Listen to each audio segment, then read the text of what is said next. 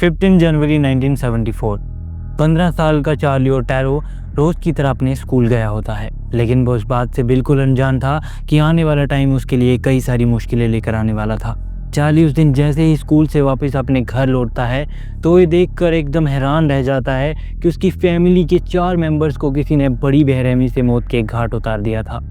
अपनी फैमिली को इस हालत में देखकर चार्ली पूरी तरह से टूट चुका था। ये इंसिडेंट इतना भयानक था कि पुलिस तक हैरान थी, क्योंकि उन्होंने अपनी लाइफ में कभी भी इस तरह का कोई केस नहीं देखा था। इससे आसपास के एरिया में डर का माहौल फैल जाता है और लोग अकेले अपने घरों से बाहर निकलने में भी डर रहे होते हैं। खैर, अब इस केस की इन्वेस्टिगेशन चल ही रही थी कि चार्ली के घर से लगभग 3 किलोमीटर दूर 21 साल की कैथरीन ब्राइट अपने ही घर पे मृत पाई जाती है। पुलिस के ऊपर अब प्रेशर बढ़ता जा रहा था, लेकिन कई सारी कोशिशों के बाद भी पुलिस के हाथ एक भी क्लू नहीं लगा था। इन दोनों इंसिडेंट के 3 साल बाद पुलिस को किलर की तरफ से एक लेटर मिलता है, जिसमें उसने पुलिस को चैलेंज करते हुए ये लिखा था कि आखिर मुझे और कितने लोगों को मारना होगा ताकि मैं अपना नाम न्यूज़पेपर में देख सकूं। खैर, इसके बाद शुरू होता है चूहे बिल्ली का खेल, जिसमें किलर पूरे 30 साल तक पुलिस को अपनी उंगलियों पर नचाता रहा। आखिर ये किलर था कौन, जो बिना किसी डर के लोगों को एक के बाद एक मारे जा रहा था, और अब वो पुलिस को चैलेंज करने से भी पीछे नहीं हट रहा था। ये जानने के लिए आपको इस वीडियो के लास्ट तक बने रहना होगा। So hello guys, welcome back to my channel behind the crime. My name is Surjeet and let's talk about today's case which revolves around Charlie Otero and the serial killer who killed his family. साल था 1974। Charlie ओटैरो और उसकी family Wichita शहर में नए ही shift हुए थे। Charlie की फैमिली में टोटल 7 मेंबर्स थे, 2 उसके पेरेंट्स और 4 छोटे भाई बहन। अपने सभी भाई बहनों में चार्ली सबसे बड़ा था और वो पढ़ाई में भी काफ़ी होशियार था। उसके फादर जोसेफ ओटैरो यूएस आर्मी में सर्व कर चुके थे और उसकी मॉम जूलिया एक हाउसवाइफ थी। बचपन से ही चार्ली ने ये देखा था कि उसके फादर उसकी मॉम को बेहद प्यार और रिस्पेक्ट करते हैं, और इसी वजह से चार्ली बड़ा होकर अपने फादर के जैसा ही बनना चाहता था। चार्ली 15 साल का एक ब्राइट स्टूडेंट था और आगे चलकर उसका फ्यूचर भी काफ़ी अच्छा होने वाला था। वो हमेशा से ही अपने पेरेंट्स को प्राउड फील करवाना चाहता था और इसके लिए वो पढ़ाई में बहुत मेहनत किया करता। 15 जनवरी के दिन चार्ली अपने फादर जोसेफ ओटैरो को उसे और उसके 2 भाई बहन डैनी और कार्मेन को स्कूल छोड़ने के लिए कहता है। चार्ली का स्कूल में टेस्ट था, जिसके लिए वो काफ़ी एक्साइटेड था। खैर, स्कूल खत्म होने के बाद तीनों भाई बहन वापस अपने घर की ओर निकल पड़ते हैं। चार्ली आज बहुत खुश था क्योंकि आज उसके टेस्ट में अच्छे मार्क्स आए थे और वो ये बात जल्दी से अपनी मॉम को बताना चाह रहा था। जैसे ही वो लोग घर पहुंचते हैं तो उन्हें घर का गेट खुला हुआ दिखता है और उनका डॉग घर के बाहर घूम रहा था। चार्ली को ये बात थोड़ी अजीब लगती है और वो अपनी मॉम को आवाज लगाता हुआ घर के अंदर जाता है। इसके बाद वो चलते चलते किचन में पहुंचता है, जहाँ उसे कोई नहीं मिलता। तभी उसे अपनी बहन के चिल्लाने की आवाज सुनाई देती है। वो भागता हुआ जल्दी से हॉल की ओर जाता है और वहां पहुंचकर उसकी आंखें खुली की खुली रह जाती हैं, क्योंकि वहां चार्ली को अपनी मॉम और डैड दोनों की डेड बॉडीज पड़ी मिलती हैं। दोनों के हाथ पांव बंधे हुए थे और उसे उसके फादर के गले पर एक बेल्ट बंधी हुई मिलती है, जिससे उनका गला घोंटकर उनकी जान ली गई थी। उसके माँ बाप को इस हालत में देखकर चार्ली को अपनी आंखों पर यकीन ही नहीं हो रहा था और उसे कुछ भी समझ नहीं आ रहा था कि वो अब क्या करे। इसके बाद वो अपने भाई डैनी को पुलिस कॉल करने के लिए कहता है, लेकिन वो नोटिस करता है कि किसी ने पहले ही उनके घर की टेलीफोन लाइन कट कर दी थी। इसके बाद चार्ली अपने दोनों भाई बहन को लेकर एक नेबर से हेल्प मांगता है। पुलिस को कॉल किया जाता है और फाइनली फोन करने के 15 मिनट के बाद पुलिस ओटैरोस के घर पहुंच जाती है। चार्ली पुलिस को कहता है कि आपको मेरे सबसे छोटे वाले भाई बहन जोई और जोजी को स्कूल से सीधा मेरे पास लाना होगा, क्योंकि वो दोनों अभी छोटे हैं और मैं नहीं चाहता कि वो दोनों मॉम डैड को इस हालत में देखें। उसकी ये बात सुनकर एक पुलिस ऑफिसर उसके पास आता है और उससे कहता है कि मैं जानता हूँ कि ये सब तुम्हारे लिए इतना आसान नहीं है, लेकिन मैं तुम्हें बता दूं कि जोई और जोजी भी उस टाइम घर पर ही मौजूद थे। ये सुनकर चार्ली पूरी तरह से टूट जाता है, क्योंकि उस दिन उसने 1 नहीं 2 नहीं बल्कि टोटल 4 फैमिली मेंबर्स को हमेशा के लिए खो दिया था और उसे कोई आइडिया नहीं था कि उसकी फैमिली के साथ ऐसा क्यों हुआ था। दरअसल पुलिस को चार्ली के भाई जोई की लाश एक कमरे में पड़ी मिली थी और उसके मुंह को एक प्लास्टिक बैग से कवर किया गया था। इसके बाद पुलिस छानबीन करते हुए जैसे ही घर के बेसमेंट में जाती है तो उन्हें वहां 11 साल की जोजी की बॉडी एक पाइप से लटकी हुई मिलती है। ये सब देखकर पुलिस भी पूरी तरह से हैरान थी, क्योंकि उन्हें समझ नहीं आ रहा था कि आखिर एक एवरेज मिडिल क्लास फैमिली के साथ कोई ऐसा घिनौना काम कैसे कर सकता है। इसके बाद केस की इन्वेस्टिगेशन स्टार्ट हो जाती है, लेकिन पुलिस के हाथ कोई सुराग नहीं लग रहा था। इस बीच चार्ली और उसके भाई डैनी और बहन कार्मेन को उनके एक अंकल के पास न्यू मैक्सिको भेज दिया जाता है, लेकिन चार्ली इस सदमे से बाहर ही नहीं निकल पा रहा था। ना उसका पढ़ाई में मन लगता और ना ही वो अच्छे से अपने ऊपर ध्यान दे पा रहा था। इससे वो धीरे धीरे अपनी लाइफ का मकसद भूलते चला गया। जो चार्ली एक टाइम पर पढ़ लिख के अपने पेरेंट्स को प्राउड फील करवाना चाहता था, आज वो अल्कोहल और ड्रग्स के जाल में बुरी तरह से फंस चुका था।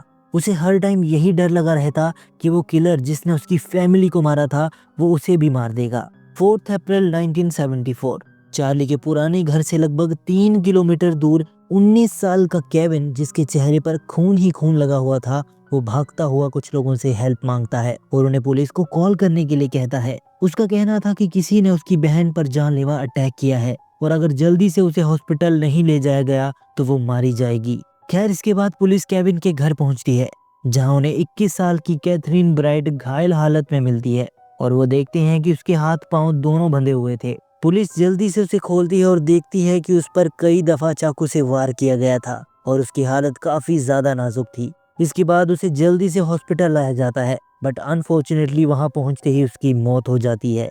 वहीं दूसरी ओर उसका भाई केविन भी बुरी तरह से घायल था, बट फॉर्चुनेटली डॉक्टर्स उसे बचाने में कामयाब हो जाते हैं। पुलिस को इन्वेस्टिगेशन के दौरान पता चलता है कि इस घर की टेलीफोन लाइन भी कट कर दी गई थी और यही इकलौती चीज थी जो इस केस को टैरो फैमिली के केस के साथ जोड़ रही थी। वहीं अब केविन की हेल्प से पुलिस किलर का एक स्केच तैयार करवाती है और उसे शहर के सभी न्यूज आउटलेट्स में भेज दिया जाता है ताकि उन्हें किलर को ढूंढने में आसानी हो। इसके बाद पुलिस को कई जगह से कॉल आते हैं, लेकिन कहीं से भी उन्हें कोई सॉलिड लीड नहीं मिल रही थी। अक्टूबर 1974, 6 महीने बाद पुलिस एक आदमी को अरेस्ट करती है, जो कि इस बात को कन्फेस कर रहा था कि उसी ने अपने कुछ साथियों के साथ मिलकर ओटेरो फैमिली को मारा है। जैसे ही ये खबर न्यूज़पेपर में छपती है तो पूरे शहर को एक राहत की सांस मिलती है, क्योंकि उन्हें लग रहा था कि अब किलर पकड़ा जा चुका है और उन्हें अब डरने की कोई जरूरत नहीं है। इसके कुछ दिन बाद एक रिपोर्टर को किसी आदमी की रैंडम कॉल आती है। वो उसे एक लाइब्रेरी में जाने को कह रहा था और साथ ही वो उसे बताता है कि वहां तुम्हें बुक में एक लेटर पड़ा मिलेगा और उस लेटर में तुम्हें तुम्हारे सभी सवालों के जवाब मिल जाएंगे। रिपोर्टर बिना टाइम गवाए लाइब्रेरी जाता है, जहां उसे एक बुक में लेटर पड़ा मिलता है जिसमें लिखा हुआ था कि ये सब मैंने अकेले किया है और जिसे पुलिस ने किलर समझ के पकड़ा है वो उनसे झूठ कह रहा है और वो असली किलर नहीं है। साथ ही उस लेटर में कुछ ऐसी इन्फॉर्मेशन भी लिखी हुई थी जो सिर्फ वही आदमी जान सकता था जो उन क्राइम सीन्स पे मौजूद होता। हर एक क्राइम सीन के बारे में बड़ी बारीकी से उस लेटर में लिखा हुआ था, जिससे पुलिस को यकीन हो जाता है कि ये लेटर भेजने वाला शख्स ही कातिल है। लेटर के लास्ट में उसने लिखा था कि मैं इतने में ही रुकने नहीं वाला, मैं जल्द ही अपने नए टारगेट्स पे अटैक करूंगा and I will bind them, torture them and kill them. Bind, torture और किल के फर्स्ट लेटर्स को ज्वाइन करके पुलिस द्वारा किलर को एक नाम दिया जाता है और वो नाम था BTK। दरअसल इस लेटर के थ्रू किलर पुलिस को ये बताना चाह रहा था कि वही असली कातिल है और वो आगे भी इस तरह के क्राइम्स करता रहेगा। अगर पुलिस में दम है तो वो उसे रोक के दिखाए। पुलिस की लाख कोशिशों के बाद भी उन्हें ये पता नहीं चलता कि लेटर उन्हें किसने और कहां से भेजा था। ईयर 1977, उस घटना को हुए 3 साल बीत चुके थे और पुलिस अभी तक किलर को ढूंढने में पूरी तरह से नाकाम रही थी। वहीं दूसरी ओर चार्ली अब 18 साल का हो चुका था। हाई स्कूल से पास आउट होने के बाद अब वो छोटी मोटी चोरियां करना शुरू हो गया था। दरअसल चार्ली कभी उस दुख से उबर ही नहीं पाया। जब 3 साल बाद भी उसकी फैमिली को जस्टिस नहीं मिला तो उसका कानून पर से भरोसा पूरी तरह से उठ गया था और इसीलिए वो धीरे धीरे स्ट्रीट कल्चर की ओर बढ़ता चला गया। 17 मार्च 1977 पुलिस को एक आदमी का कॉल आता है और वो कहता है कि हमारे नेबरहुड में एक औरत का मर्डर हुआ है। उसका 6 साल का बच्चा मेरे पास है और उसी ने मुझे पुलिस को कॉल करने के लिए कहा है। इसके बाद पुलिस जल्दी से उस घर पे जाती है, जहां उन्हें शर्ली वाइन नाम की एक औरत की डेड बॉडी उसी के रूम में मिलती है। उसके हाथ पांव दोनों बंधे हुए थे और एक प्लास्टिक बैग की हेल्प से उसका दम घोट कर उसे मार दिया गया था। शर्ली 3 बच्चों की मां थी और वो अकेले ही उन्हें पाल रही थी। इस मर्डर के पैटर्न को देखकर पुलिस समझ चुकी थी कि इसके पीछे कोई और नहीं बल्कि उसी सीरियल किलर का हाथ है। शर्ली के तीनों बच्चे अब अनाथ हो चुके थे। उसका सबसे बड़ा बेटा 6 साल का था और उसी ने अपने नेबर की हेल्प से पुलिस को कॉल किया था। पूरे 3 साल तक शांत रहने के बाद अब बीटीके दोबारा लोगों में अपना खौफ फैलाने के लिए वापस आ चुका था। 8 दिसंबर 1977 पुलिस को एक अननोन नंबर से कॉल आती है, जिसमें एक आदमी उन्हें एक घर का एड्रेस देकर पुलिस को वहां जाने को कहता है। जैसे ही पुलिस वहां पहुंचती है तो उन्हें वहां 25 साल की नैन्सी फॉक्स की डेड बॉडी मिलती है। उसके भी हाथ पांव बंधे हुए थे और एक बेल्ट की हेल्प से उसका गला घोट कर उसकी जान ले ली गई थी। बीटीके अभी तक 7 लोगों की जान ले चुका था और वो अपना काम इतनी सफाई से किया करता जिससे पुलिस को उस तक पहुंचने का कोई भी सुराग ना मिल सके। कुछ साल शांत रहने के बाद ईयर 1985 से लेकर 1991 तक बीटीके 3 और मर्डर करता है। उसने अप्रैल 85 में मरीन हेज, सितंबर 86 में विकी वेगरली और जनवरी 91 में डोलोरस डेविस नाम की 3 औरतों की सेम ही पैटर्न से जान ले ली। ये सारे के सारे मर्डर विचिटा शहर में हो रहे थे और वहां के लोगों के मन में बीटीके अपना खौफ इस कदर फैला चुका था कि लोग अब अकेले बाहर जाने से भी डर रहे थे। सभी के मन में हमेशा यही डर लगा रहता कि पता नहीं कब वो उन्हें अपना शिकार बना ले। वहीं अब चार्ली की उम्र 34 साल हो चुकी थी और वो एक बच्चे का बाप भी था। उसने अपने बेटे का नाम अपने फादर जोसेफ के नाम पर रखा था, लेकिन चार्ली के मन में अभी भी इस बात को लेकर गुस्सा था कि उसकी फैमिली को उससे छीनने वाला इंसान अभी भी आजाद घूम रहा है। उसके दिमाग में बस एक ही बात चलती रहती और वो बात थी उस इंसान से बदला। दूसरी ओर स्टीव, जो कि अपनी मॉम के मर्डर के टाइम पे सिर्फ 6 साल का था, वो भी अब पूरे 20 साल का हो चुका था और उसे लाइफ में कई सारी दिक्कतों का सामना करना पड़ रहा था और वो भी अपने दिमाग से उस इंसिडेंट को चाहकर भी भुला नहीं पा रहा था। ईयर 2004 अभी भी वो सीरियल किलर पुलिस के हाथ नहीं लगा था और पिछले 12 सालों में उसकी तरफ से कोई मर्डर भी नहीं हुआ था, इसलिए पुलिस की उस तक पहुंचने की उम्मीद अब धीरे धीरे खत्म होती जा रही थी। वहीं चार्ली डोमेस्टिक वायलेंस के केस में पिछले 4 सालों से जेल में बंद था। अंदर ही अंदर वो जानता था कि आज अगर उसके पेरेंट्स जिंदा होते तो वो उस पर शर्मिंदा हो रहे होते। उसका 16 साल का बेटा टाइम टू टाइम उससे जेल में मिलने आया करता और जब भी वो अपने बेटे से मिलता तो वो उससे आंखें तक नहीं मिला पाता था। खैर, पिछले 12 सालों में किसी ने भी किलर के बारे में कोई न्यूज नहीं सुनी थी और फिर 19 मार्च 2004 के दिन विचिटा पुलिस डिपार्टमेंट को एक लेटर रिसीव होता है, जिसमें उन्हें विकी वेगरली, जिसकी मौत 1986 में हुई थी, उसका ड्राइविंग लाइसेंस मिलता है और इसके साथ उन्हें उस लेटर में उसकी डेड बॉडी की कुछ फोटोग्राफ्स भी मिलती हैं, जिन्हें देखकर पुलिस समझ जाती है कि ये लेटर उन्हें किसी और ने नहीं बल्कि किलर नहीं भेजा है। सभी लोग ये जानकर हैरान थे कि इतने सालों बाद भी वो किलर उनके बीच आज भी मौजूद है। इसके बाद पुलिस FBI के साथ मिलकर एक प्लान बनाती है और उसी प्लान को फॉलो करते हुए वो लोग किलर की सारी डिटेल्स जो भी अभी तक पुलिस के हाथ लगी थी वो उसे पब्लिक कर देते हैं। पुलिस को लग रहा था कि ये सब देखने के बाद किलर जरूर कोई मिस्टेक करेगा जिससे उसे पकड़ने में और आसानी होगी।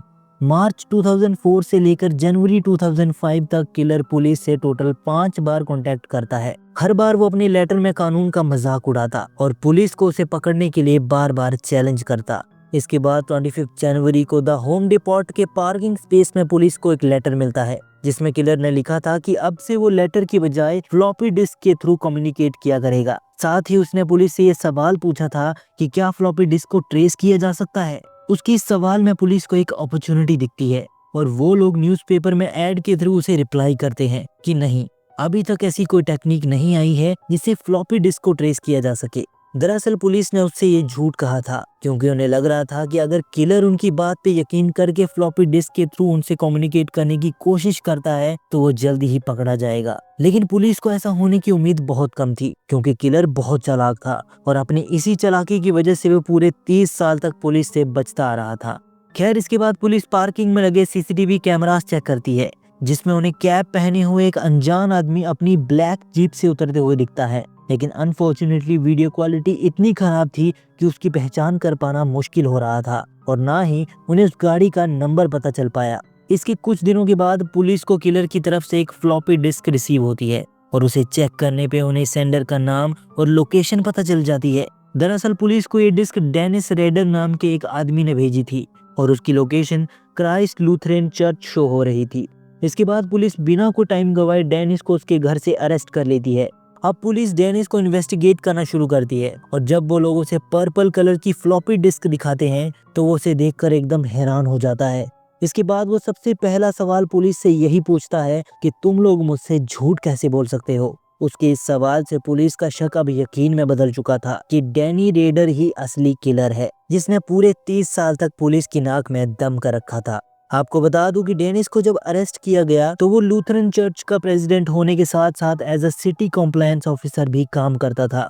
इससे पहले 1974 से 1988 तक वो एडीटी सिक्योरिटी सर्विसेज नाम की एक कंपनी में सुपरवाइजर था और वो पूरे विचिटा शहर में सिक्योरिटी सिस्टम इंस्टॉल किया करता था और यही वजह थी कि उसे लोगों के घर में घुसकर उन्हें मारने में आसानी होती थी। डेनिस रेडर के अरेस्ट होने के बाद पूरे शहर के लोग राहत की सांस लेते हैं। वहीं जब ये बात चार्ली और टैरो को पता चलती है तो वो ये जानकर बहुत इमोशनल होता है, क्योंकि आज फाइनली 30 साल के बाद उसकी फैमिली को उससे छीनने वाला इंसान पुलिस की हिरासत में था। 26 जून 2005 डेनिस के खिलाफ कोर्ट में ट्रायल शुरू होता है और वहां पर वो सारी फैमिलीज मौजूद थी जिन्होंने डेनिस के हाथों अपनों को खोया था। डेनिस अपने गुनाह कबूल कर लेता है और अगले 1 घंटे तक वो जज को अपने हर एक विक्टिम के बारे में पूरी डिटेल में बताता है कि किस तरह उसने सभी को तड़पा तड़पा कर मारा था।